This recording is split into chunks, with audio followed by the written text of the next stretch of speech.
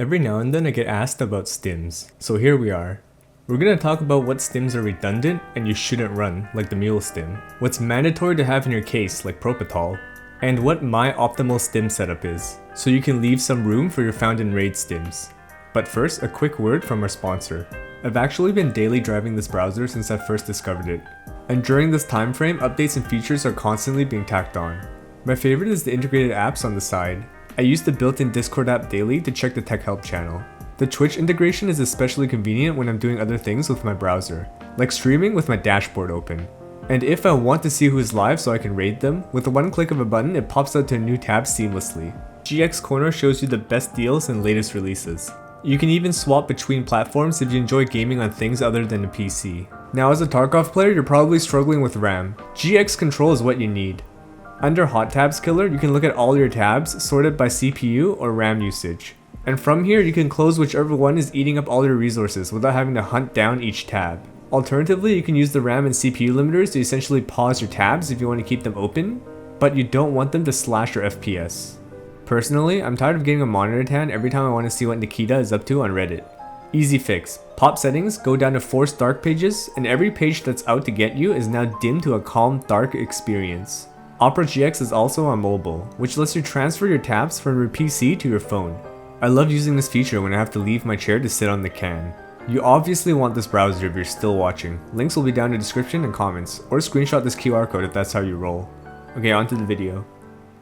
We're gonna start with our medical stims. I won't go into too much detail on what each stim does, as you can just read the description. Starting with regen stims, we have the adrenaline going for 20k, healing 4 per second for 15 seconds. P&B for 41k, healing 3 per second for 40 seconds. Perfodorin for 30k, healing 1.5 per second for 60 seconds. Propital, we're all familiar with this one.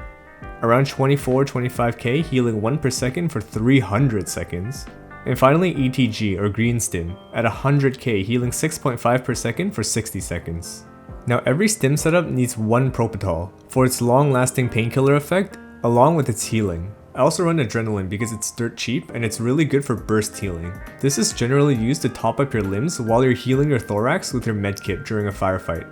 Usually I would have a Propital running along with it and it'll give me a nice 5.5 HP per second for 15 seconds. And finally a green stim for emergencies. Popping this stim basically makes you a COD character. So right now we have Propital, adrenaline, and green stim. Now green stim is kind of expensive. So P&B is a decent green stim alternative if you're broke, or an adrenaline alternative if you're rich. Perfodorin isn't worth it because it's more expensive than adrenaline and Propital with no advantages over either. So my setup currently looks something like this. If I was on a budget, then I'll swap ETG for P&B. And if I'm feeling rich, my adrenaline will get swapped for P&B. I don't run morphine as a painkiller because I'm always pre-medded. And if I'm not, Propital fulfills the same role, but better. Stims that stop bleeding, so is the Gustin and AHF1, I consider it a waste of space in your stims case. Any healing stim will heal you faster than bleed ticks. And very rarely will you have enough bleed stacks to beat out stim healing. Imagine this scenario, your thorax is red with 2 heavies and 1 light bleed on your limbs. You have 4 to 5 seconds to heal before your opponent pushes you and you're forced to fight. Now in these 4 to 5 seconds you can ETG and Zagustin. ETG will start healing you and Zagustin will fix all your bleeds. But ETG doesn't heal you fast enough to top up your thorax, so your thorax is most likely still going to be one shot. However, if you just jab ETG and top up your thorax with medkit in these 4 to 5 seconds, then you regain your 2 to 3 shots to die on thorax because you'll be at full thorax HP, and your bleed ticks will be balanced out by the green stim. You now have a better chance to win the fight. You can just heal your bleeds later. Okay, onto movement stims. We don't need to go as in-depth as health stims. Simple rule, stop running MULE. MULE takes your health down while it's active, and you take 9% more damage. Most people combo MULE with an SJ6 to get out of raid faster, and a Propital to counteract its damage ticks. MULE is already expensive, and then popping 2 more stims on top makes it an even larger investment. Instead of popping 3 stims, just combo SJ6 with Tramadol instead. At 60 kgs, my stamina no longer regens. This is a scenario where most people will pop their MULE to get the extract. With SJ6 and Tramadol, I can make it to the weapons cache in 1 sprint bar. Now watch my stam bar. I'm not supposed to be able to regen while walking at 60 kgs, but the 2 stims gives me an artificial 5 stam per second, so you can regen walking like normal, then sprint to extract. With the Mule and SJ6, I can make it to the antenna before I have to regen, and from there I can't get to path with a full bar, so I'll have to take another pit stop. That's 3 sprint bars versus 2. The advantage to Mule is that it shifts your weight bracket, which means you could sprint at red weight, because red is now your yellow. However, rarely do you loot enough to reach red, and if you do, usually you're barely over your red zone. If you're only a couple kgs over your red zone, Trimadol can do the same thing, as it gives you 10 strength levels which increases carry weight by 6%. When it comes to cost, a Mule is 100k. Along with SJ6 and Propital, you're closing in to around 170 to 180k. The positives are big stamina, walking stam regen, and painkiller. The negatives are damage tick, which cancels out with the Propital regen, and 9% damage taken.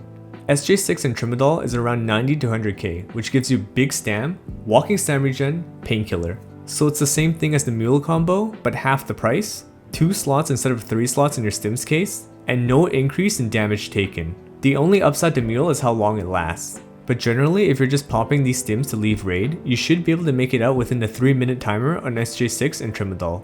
I might toss in a Mule on a larger map like Woods, but I usually don't expect to leave a Woods raid with 70 kgs often. So my final stim case setup looks something like this. And depending on how long I plan to stay in raid for, sometimes I take a backup Propital.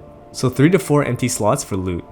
When it comes to other stims that could be decent depending on playstyle, there's the SJ12 food stim.